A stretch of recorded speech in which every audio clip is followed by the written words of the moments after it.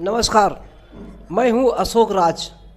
आप सभी का इस YouTube चैनल पर तहे दिल से हार्दिक स्वागत करता हूं, अभिनंदन करता हूं। आज जो टॉपिक्स है बहुत ही महत्वपूर्ण टॉपिक्स है।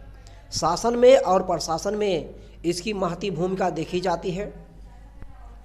राजत्व का सिद्धांत टॉपिक जो है ये राजत्व का सिद्धांत है। ये राजत्व का सिद्धांत किसने लाया और क्यों लाया, इस पर हम चर्चा करेंगे। राजत्व का सिद्धांत सबसे पहले अगर हम बात करते हैं तो बलबन ने लाया है। कौन लाया है? बलबन ने लाया है। यही राजत्व का सिद्धांत बाद में अलाउद्दीन खिलजी, नाम सुने होंगे, अलाउद्दीन खिलजी, ये दो लोग लाते हैं। सबसे पहले बलबन ने लाया है ये राजत्व का सिद्धांत, और इसका उल्लेख जो है बलबन के समय एक प्रधानमंत्री रहते हैं, वजीर हैं निजामुल मुल्क जुनैदी। उन्होंने एक पुस्तक लिखा है सियासतनामा। निजामुल मुल्क जुनैदी की पुस्तक है सियासतनामा। ये बलबन के ही समय में वजीर हैं। उन्हीं के पुस्तक में वर्णन मिलता है। सबसे पहले उसी में मिलता है वर्णन राजत्व का सिद्धांत। ये बलबन वास्तव में है कौन, ये यदि जानते हैं तो ठीक, नहीं जानते जानने की कोशिश करिए। ये बलबन जो है इसका वास्तव में नाम बहाउद्दीन था। और कई जगह बिक्री के माध्यम से मंगोलों ने इसको बहाउद्दीन को जो है गुलाम बना लिया था, बंदी बना लिया था, और कई जगह बेचा गया। और अंततः बिकते बिकते इल्तुतमिश ने इसे खरीदा। इल्तुतमिश ने इसे 1233 ईस्वी में जब ग्वालियर विजय करके आए, ग्वालियर विजय के बाद में इसको खरीदा। और इसकी योग्यता के बल पर इसे तुर्कान चिहलगानी, जिसे चालीसा दल कहते हैं, वो लाया कौन था? लाए थे इल्तुतमिश। जबकि समाप्त कौन करेगा? यही बलबन समाप्त करेगा। तो इल्तुतमिश ने जो है अपने चालीसा दल में इस बहाउद्दीन को शामिल किया था। फिर बाद में इल्तुतमिश ने इसे अपना खासदार बना लिया। फिर रजिया के समय अमीर शिकार के पद पर, यानी कि कई पदों पर आते आते अंत में जो है स्वयं शासक बनते हैं। स्वयं शासक, चूँकि तुर्कान चिहलगानी जो है, जिसे चालीसा दल कहते हैं, उसका ये सदस्य था। और इल्तुतमिश जिसका ये गुलाम था, उसी के मृत्यु के बाद में जितने शासक आए, इल्तुतमिश के मृत्यु के बाद में रुकनुद्दीन फिरोज शाह थे, उनके मृत्यु के बाद में रजिया के बाद में बहराम शाह के बाद में मसूद शाह, और मसूद शाह के बाद में नसरुद्दीन महमूद पर अपना पूरा प्रभाव जमाने के लिए अंत में बलबन ने 1249 ईस्वी में अपनी पुत्री का विवाह नसरुद्दीन महमूद के साथ कर देता है। नसरुद्दीन महमूद ये समझ रहा था कि हमारे पूर्वज जितने हैं कठपुतली बने हैं या मारे गए हैं, शिकार हुए हैं, उन सब का कारण ये चालीसा दल का नेता, चालीसा दल के लोग हैं, और इनमें मुख्य रूप से भूमिका बलबन का है। ये गद्दी पर जब बैठता है गियासुद्दीन की उपाधि धारण कर लेता है, इसीलिए इसको गियासुद्दीन कहा गया है। गियासुद्दीन इसकी उपाधि है। और इसका उल्लेख जो है जब आप पढ़ेंगे, क्या नाम, मिनहाजुस सिराज की पुस्तक तबकात नासरी, उस पुस्तक में सबसे ज़्यादा इसी का उल्लेख किया है। मिनहाजुस सिराज ने जो है तबकात नासरी में बलबन का नाम जो है उलूग खां की उपाधि से मिला था। और किसने दिया था? ये इसी के दामाद ने, यानी कि जिसके साथ अपनी पुत्री का विवाह किया था, इसके पहले का जो शासक है नसरुद्दीन महमूद, उसी ने ही इसको उपाधि दिया था। तो ये बलबन, अब जब ये जान चुका है बलबन कि इल्तुतमिश के मृत्यु के बाद में जितने शासक आए हैं सब इसी के हाथ की कठपुतली थे, और जितने भी सुल्तान बने हैं सब सुल्तान नाम मात्र के हैं, उनका कोई वर्चस्व नहीं, कोई जान पहचान नहीं, कोई अपनी प्रतिष्ठा नहीं, केवल सुल्तान है। बाकी सब काम चालीसा दल के लोग करते हैं और चालीसा दल के लोगों में मुख्य रूप से इसकी भूमिका है। तो इसलिए जो है सुल्तान ने अपने सुल्तान यानी कि बलबन ने सुल्तान के पद को, ये बलबन है, बलबन ने सुल्तान के पद को प्रतिष्ठा लाने के लिए, सम्मान दिलाने के लिए और जो कानून व्यवस्था चली गई थी उस कानून व्यवस्था को चुस्त दुरुस्त करने के लिए इसने एक नया सिस्टम लाते हैं। उस सिस्टम का नाम है राजत्व सिद्धांत। राजत्व सिद्धांत कौन लाया है? बलबन लाते हैं सबसे पहले, और इसका उल्लेख सियासतनामा किताब में मिला गया है। और सियासतनामा का लेखक कौन है? निजामुल मुल्क जुनैदी, ये इन्हीं के समय का वजीर है, वजीर आजम। तो बलबन का राजत्व सिद्धांत क्या है? बलबन का अगर राजत्व की सिद्धांत की बात करेंगे, ये जो है अपना जो है सुल्तान का पद, दो काम किया है। एक तो सुल्तान का पद जो है, जो अभी प्रतिष्ठा से धूमिल हो गया था, सुल्तान का पद जो है, जो अभी इसके पहले के जितने शासक आए थे इल्तुतमिश के मृत्यु के बाद से लेकर और इसके पहले तक के शासक, यानी कि इल्तुतमिश का मृत्यु होता है, उसके बाद में रुकनुद्दीन फिरोज शाह, उसके बाद में रजिया के बाद में बहराम शाह, बहराम के शाह के बाद में मसूद शाह, मसूद शाह के बाद में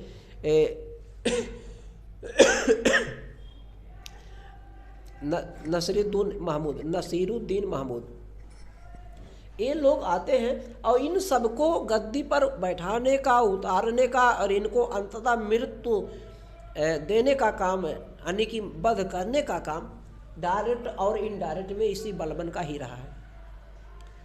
अंततः जो है अपने दामाद, यानी कि इसके पहले का जो सुल्तान है वो इन्हीं का दामाद है,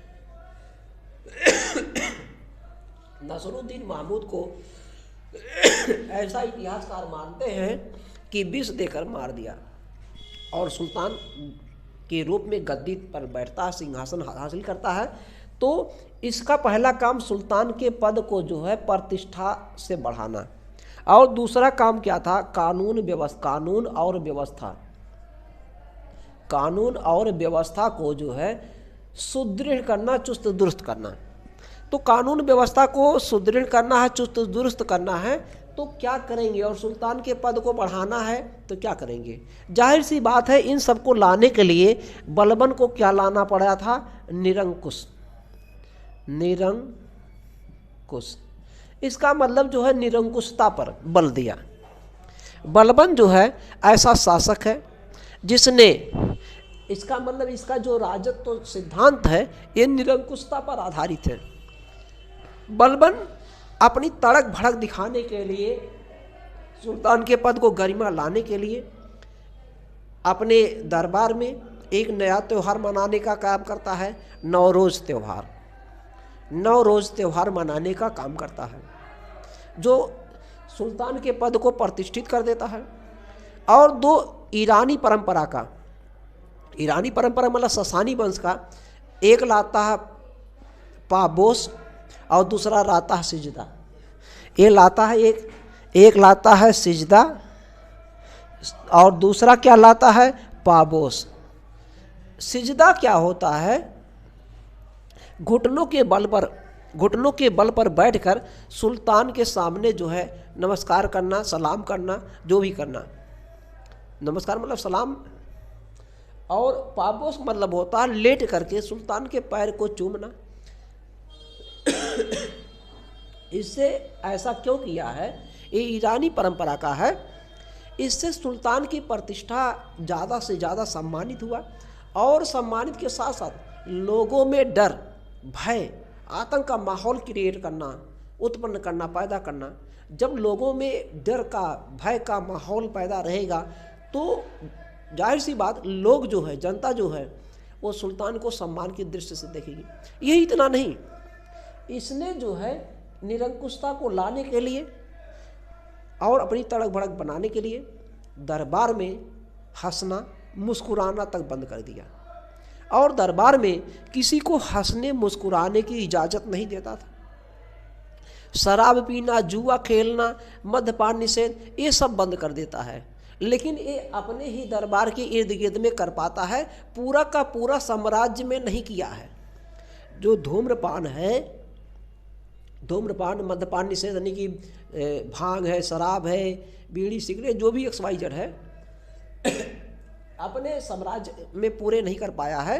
केवल अपने दरबार के इर्द गिर्द में, अपने दरबारियों में और लोगों में भी सार्वजनिक स्थलों पर नृत्य, संगीत, गान, इन सबको जो है प्रतिबंधित कर दिया है।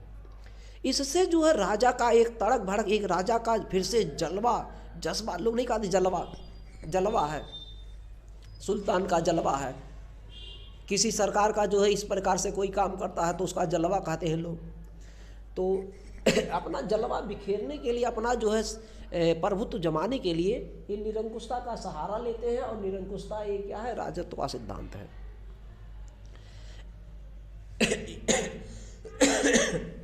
ये इतना ही नहीं, और क्या करते हैं, इसके साथ साथ में ये बलबन जो है धर्म का भी सहारा लिया है। बलबन ने धर्म का भी सहारा लिया है। धर्म में किस धर्म का सहारा लिया है? तो इस्लाम धर्म। इस्लाम धर्म कैसे पता लगेगा इस्लाम धर्म का सहारा लिया है? देखिए, ये बलबन जो है ना, बलबन, इसका मतलब इसके समय में धर्म का बोलबाला था, यानी कि साम्राज्य में, शासन व्यवस्था में इसने 2 पद ले लिया है। एक लिया है जिल्ले इल्लाही, जिल्ले इल्लाही, और दूसरा पद क्या लिया है? नियाबत ए खुदाई, नियाबत ए खुदाई, नियाबत ए खुदाई। 2 पद लिया है। एक लिया है नियाबत ए खुदाई, दूसरा लिया है जिल्ले इल्लाही। इस अगर हम जिल्ले इल्लाही की बात करते हैं, जिल्ले इल्लाही का मतलब होता है अल्लाह का प्रतिबिंब, अल्लाह का, ईश्वर का, गॉड का प्रतिबिंब। और नियाबत एक खुदाई का मतलब होता है, खुदाई माने खुदा, अल्लाह, अल्लाह का जो है प्रतिनिधि। नियाबत माने होता प्रतिनिधि। तो ये बलबन जो है कहता था क्या, अपना तड़क भड़क बनाने के लिए, दिखाने के लिए, भय दिखाने के लिए, डर दिखाने के लिए, शासन व्यवस्था सुचारू रूप से चलाने के लिए शानो शौकत ज़्यादा ज़्यादा कुल मिला के एक हिसाब से ढोंग कर दीजिए, जितना ढोंग किया जा सके। आज के समय में वही सिस्टम भी है हर जगह, लेकिन आज का जो सिस्टम संवैधानिक है, ये ध्यान दीजिए, आज का जो सिस्टम है संवैधानिक है। और संवैधानिक मतलब संविधान सबसे ऊपर है भारत में। और संविधान किसके लिए बना? जनता के कल्याण के लिए। तो आज का सिस्टम अलग है, उस समय का सिस्टम दूसरा था। तो बलबन ने जो है जिल्ले इल्लाही यानी कि अल्लाह का प्रतिबिंब और नियाबत खुदाई यानी कि अल्लाह का प्रतिनिधि 2 उपाधियाँ लेता है।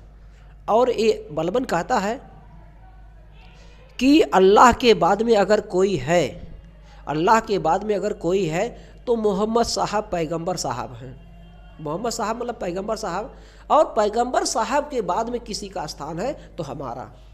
मानो सामान्य मानो जो होता है वो सामान्य मानो है, और जो सुल्तान होता है वो अल्लाह के प्रतिनिधि के रूप में काम कर रहा है। अल्लाह ने उसे प्रतिनिधि के रूप में भेजा है स्वयं कि जाइए आप काम करिए इस पृथ्वी पर, जनता के कल्याण के लिए कार्य करिए। तो इसलिए जनता के कल्याण के लिए कार्य करने के लिए हम आए हैं। हम अल्लाह के प्रतिबिंब हैं, प्रतिनिधि हैं। और कोई भी नागरिक, कोई भी व्यक्ति यदि हमसे हमारी आज्ञा का अवहेलना करता है तो समझ लीजिए अल्लाह का अवहेलना करता है। अल्लाह ताला उसे माफ़ नहीं करेगा, ईश्वर उसे माफ़ नहीं करेगा, गॉड उसे माफ़ नहीं करेगा। इसलिए कोई भी अवहेलना नहीं करेगा।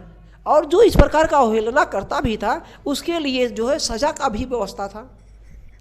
तो कई भी व्यवस्था इस प्रकार से कुल मिलाकर के निरंकुशता आ गया था। निरंकुशता के बल पर ही शासन किया जाना था। ये सिस्टम समझ में आ गया होगा क्या है राजत्व। तो सिद्धांत यही है कि बलबन ने जो है इस प्रकार के यानी कि अल्लाह को प्रतिनिधि पैगंबर के रूप में अपने को प्रस्तुत करके जनता में भय माहौल का माहौल पैदा करके जो है शासन व्यवस्था को चुस्त दुरुस्त करके जो है सुल्तान के पद को गरिमा दिखाना, चाहे आडंबर से या ढोंग से, किसी भी तरीके से, नौरोज़ जैसे त्यौहार के माध्यम से, सिजदा पाबोस जैसे त्यौहार के माध्यम मतलब व्यवस्था के माध्यम से अपना जो है पद प्राप्त कर लेना और किसी को हावी न होने देना, किसी दूसरे को हावी न होने देना, यही राजत्व का सिद्धांत है। यही जो राजत्व का सिद्धांत बलबन ने लाया है, इसी को आगे चलकर बलबन अपने जीते जी, आप ध्यान दीजिए, बलबन अपने जीते जी अपना उत्तराधिकारी, इसका 2 पुत्र मुख्य रूप से हैं, एक है महमूद, एक है बुगरा खां। तो महमूद के पुत्र का जो पुत्र है कि खुसरो, उसको उत्तराधिकारी नियुक्त किया था।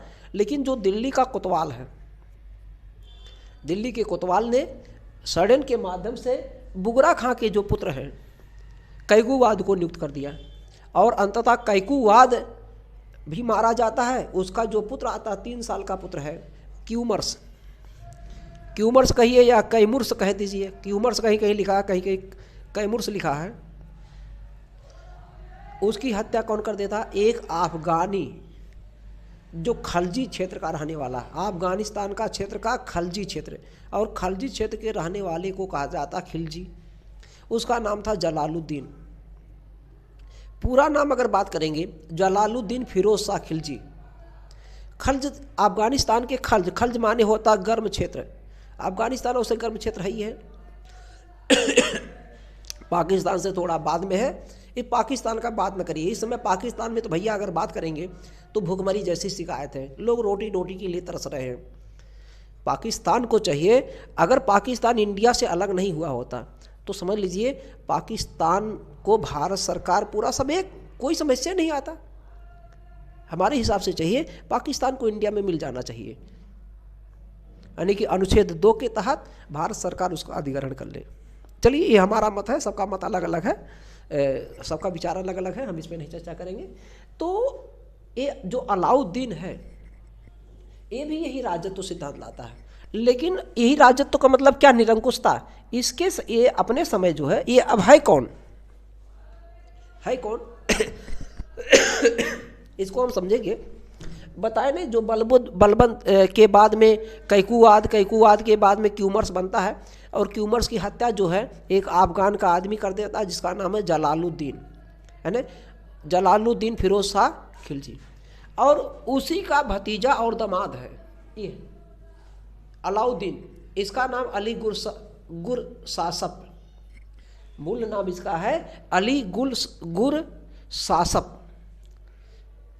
इसकी योग्यता को देखते हुए जलालुद्दीन ने इसे अपना दामाद बना लिया, और अंत में यही अलाउद्दीन ने अपने चाचा व दामाद, इनके दामाद नहीं, ससुर, ये दामाद है और इनके जो चाचा थे वो ससुर थे, उनकी हत्या करके स्वयं गद्दी पर बैठता है। और यही अलाउद्दीन का कहना है सिंहासन अगर मिलता है तो सिंहासन अल्लाह की देन नहीं है, ईश्वर की देन नहीं है। ये कह रहे थे, बलबन कह रहे थे सिंहासन जो लेना, सुल्तान का पद लेना, ये ईश्वर का देन है, अल्लाह का देन है। लेकिन ये आगे चल के कहते अल्लाह नहीं चाहता, अल्लाह के चाहने से नहीं मिलता, जनता के चाहने से नहीं मिलता, किसी अमीर उलेमा या किसी सामंत के चाहने से नहीं मिलता। अगर सत्ता मिलता है, सिंहासन मिलता है तो अपने शक्ति के बल पर, बाहुबल के आधार पर मिलता है। तो ये अलाउद्दीन जो है यानी कि कठोर निरंकुश लाता है, कठोर निरंकुश। इसका मतलब इसका जो सिद्धांत है अलाउद्दीन का, कठोर निरंकुशता पर है। ये खुद कहता था कि मैं खुद नहीं जानता कि आगे मेरा क्या होगा, अंतिम दिन मेरा क्या होगा, अल्लाह मेरे लिए क्या करेंगे, मैं खुद नहीं जानता। इसका अलग अलग किताबों में अलग अलग तरीके से अर्थ लिखा गया, लेकिन सब में एक ही सिस्टम है। अलाउद्दीन ने कठोर निरंकुशता लाने के लिए इसने कहा कि केवल बाहुबल के आधार पर, अर्थात तलवार की नोक के बल पर, तलवार की नोक के बल पर ही शासन लिया जा सकता है, शासन किया जा सकता है। यहाँ तक कि इसने जो है, इसके समय की ऐसी कहानी है कि इसने हिंदुओं के सामने इनके जो काजी थे, काजी के कहने पर, सलाह पर हिंदुओं के सामने 2 ऑप्शन रखा है, या तो मृत्यु या तो इस्लाम। ऐसा किताब में लिखा है, कई किताबों में है हिंदुओं के सामने दो समय रखा है, या तो इस्लाम या तो मृत्यु। आगे हम चलेंगे, इन पे जो अलाउद्दीन ने जो लाया है, इनका जो कानून व्यवस्था जो इस तरीके का था, ये तो देखिए अल्लाह के नाम पर यानी कि नियाबत खुदाई और जिले इलाही के नाम पर अपना जो राजत्व लाते हैं। लेकिन जो ये लाते हैं, इनका जो राजत्व है 3 सिद्धांत 3 बातों पर है। कितने बातों पर है? 3 बातों पर निर्भर करता है।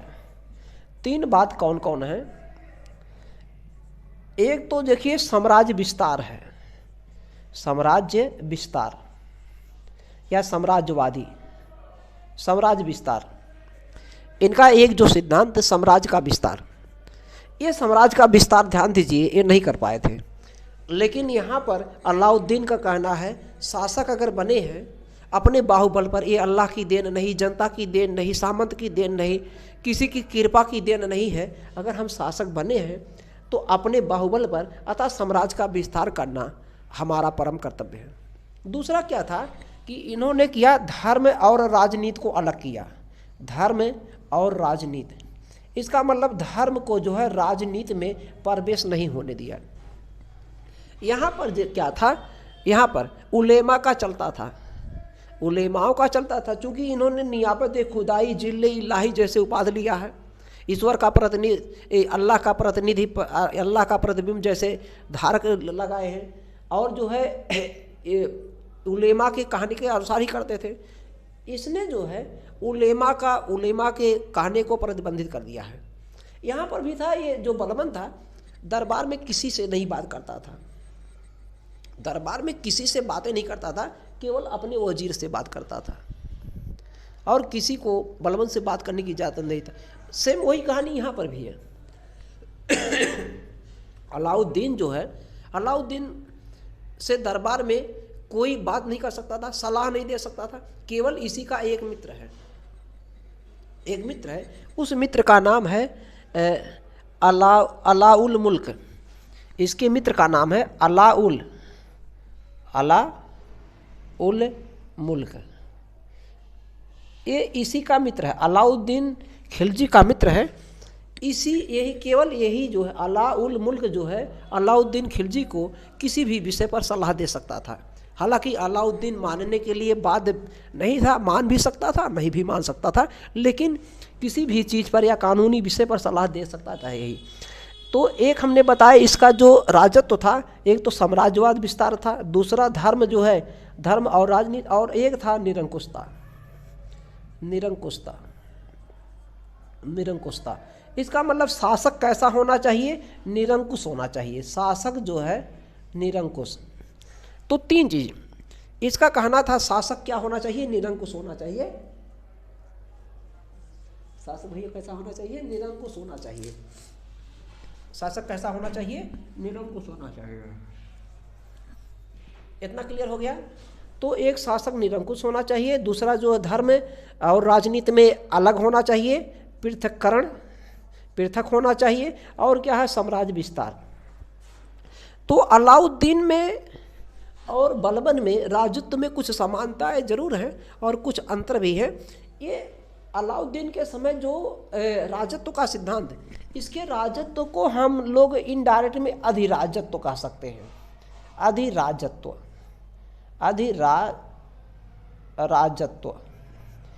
इसको अधिराजत्व के नाम से कहा जा सकता है।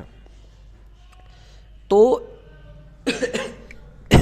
यदि ऐसा प्रश्न पूछा जाए, कौन सा ऐसा शासक था जो राजत्व में विश्वास करता था लेकिन प्रभुत्ता पर नहीं?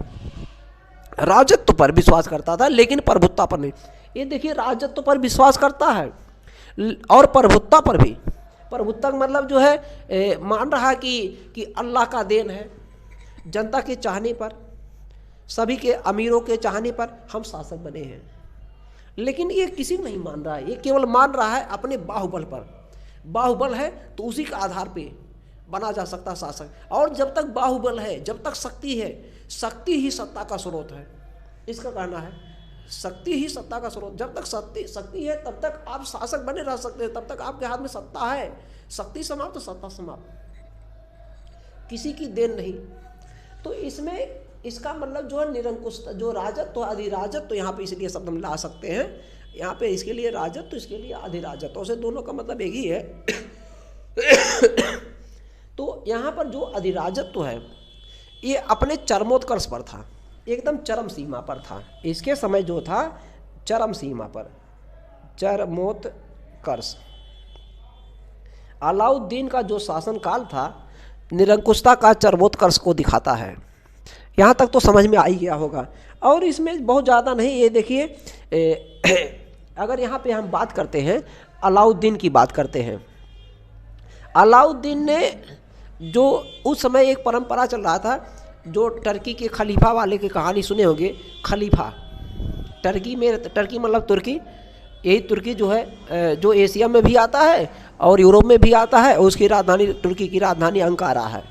अभी हाल ही में तुर्की में जो है भूकंप आया था, भूकंप ज़्यादा, और भारत सरकार ने काफ़ी ज़्यादा सहयोग किया। भारत का मित्र भी रहा है, आज भी मित्र है। तो उसी तुर्की की बात हो रही है, वहीं पे खलीफा थे। ये बात उन दिनों की है जब खलीफा का वर्चस्व रहता था, खलीफा के नाम पर ही सब कुछ होता था, क्योंकि खलीफा पूरे दुनिया में मुसलमानों का जो था वो धर्म गुरु हुआ करते थे, तो बिना उनकी इजाज़त के काम करना ठीक नहीं था।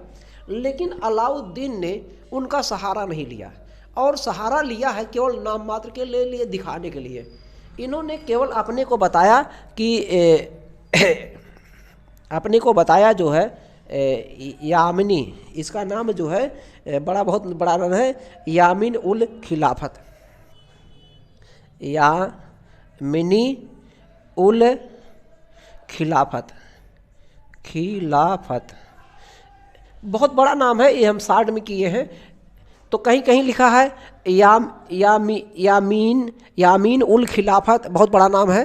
तो कहीं कहीं लिखा है यामनी उल खिलाफत, उतना लेकिन आप पकड़ ले जाएंगे, यामनी उल खिलाफत या यामीन उल खिलाफत।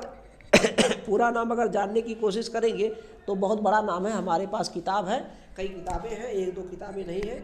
अगर हम बात करेंगे तो इनका नाम है भैया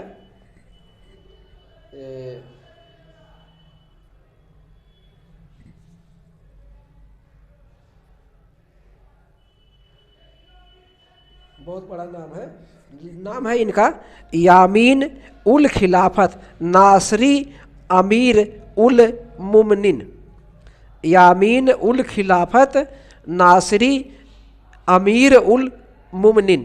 तो इतना बड़ा नाम है, इतना बड़ा नाम